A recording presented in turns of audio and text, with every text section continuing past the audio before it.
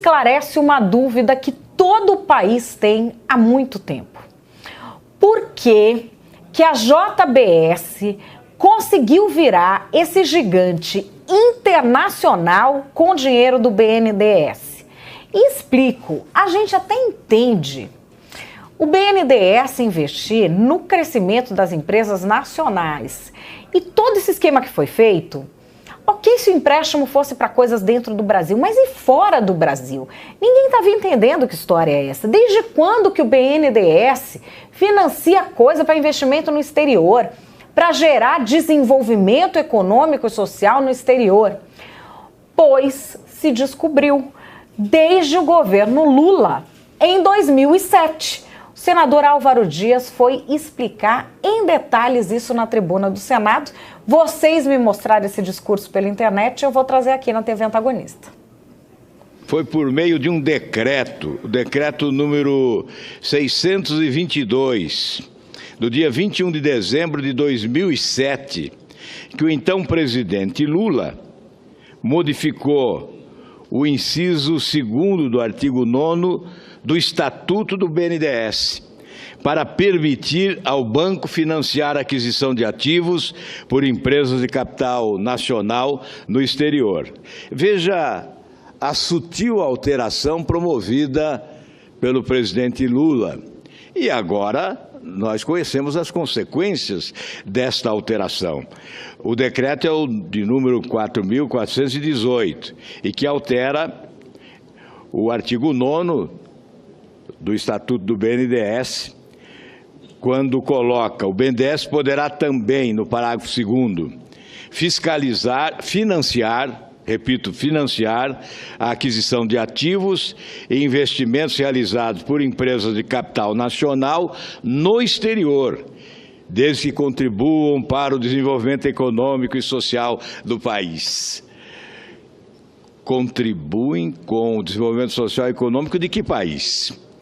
Porque é evidente que quando a JBS, com recursos do BNDES, comprou frigorífico nos Estados Unidos, estava contribuindo para o desenvolvimento econômico e social dos Estados Unidos e não do Brasil. É evidente que o Brasil só perdeu.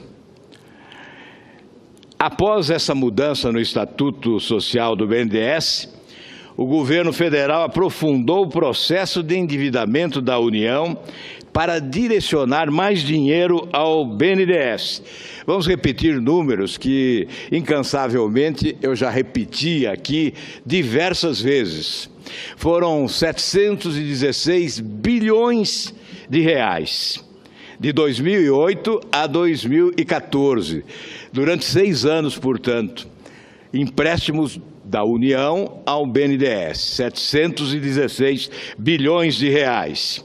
Do FAT, PIS, PASEP e FGTS, 243 bilhões. E o restante do Tesouro Nacional. Do Tesouro Nacional foram repassados, portanto, ao BNDES, 473 bilhões, um absurdo inédito, jamais visto na história desse país. Portanto, os brasileiros pagarão 184 bilhões. Subsídio para a diferença entre uma taxa de juro paga pelo governo e a taxa de juro oferecida pelo governo aos empresários beneficiados nesse esquema de corrupção. Bom, esse dinheiro todo que foi dado a esses empresários, ele já estava disponível no BNDES? Ele já estava disponível no caixa do governo? Não. Agora você vai entender de onde veio o dinheiro que financiou aquelas empresas que eram aqueles modelos de grandes empresas brasileiras no exterior e quem vai pagar a conta. Quem vai pagar a conta você já desconfia, né? Mas vamos saber quanto é a conta, de onde veio o dinheiro e como que isso vai ser pago. Esse dinheiro não estava disponível no caixa do Tesouro Nacional. O governo foi buscar esse dinheiro, emitindo títulos públicos foi buscar esse dinheiro emprestado, pagando juros de mercado, juros taxa Selic, a 14,25%. Esse mesmo dinheiro foi repassado ao BNDES com juro igual a TJLP, que oscilou no período entre 5% e 6%. Portanto, o governo pagava o juro de 14,25%. Esses empresários que agora estão correndo da justiça, esses empresários pagavam ao BNDES um juro de 5% a 6%. E essa diferença, quem cobria essa diferença? Quem cobria essa diferença? Ora, você que está ouvindo esse discurso agora e que paga impostos.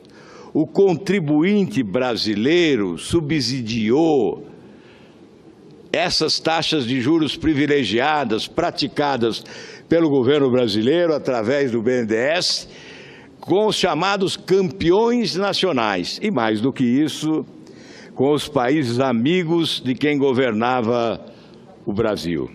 Cuba, Angola, Venezuela, Equador, enfim, países mais próximos ideologicamente daqueles que governavam o nosso país, com o benefício de recursos facilitados.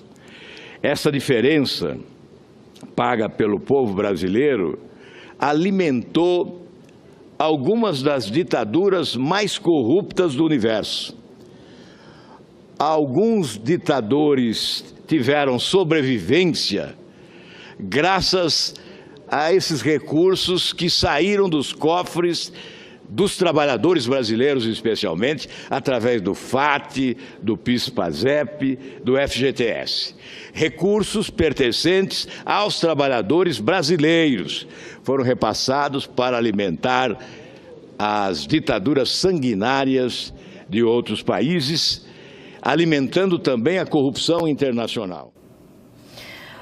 Bom, para vocês terem uma ideia, em Angola, o ditador José Eduardo dos Santos está deixando o poder, coisa que ele já havia ameaçado fazer diversas vezes, mas ao contrário de todos os prognósticos de estudiosos, ele não está passando o poder para nenhum de seus filhos, ele está passando o poder para o ministro da Defesa, depois que o seu caixa parou de ser alimentado, de ser inundado com dinheiro de empreiteiras brasileiras e depois que o marketing parou de ser resolvido pela mão amiga que ele tinha em solo angolano sempre que a coisa apertava. A gente tem essa crise já tendo desdobramentos internacionais. E agora fica a pergunta: quem é que vai investigar por que em 2007 se decidiu que o BNDES passaria a financiar atividades internacionais? Isso naquele momento era para o nosso bem? Era para o bem do Brasil? Pode ser que seja, mas é uma resposta que o Brasil espera.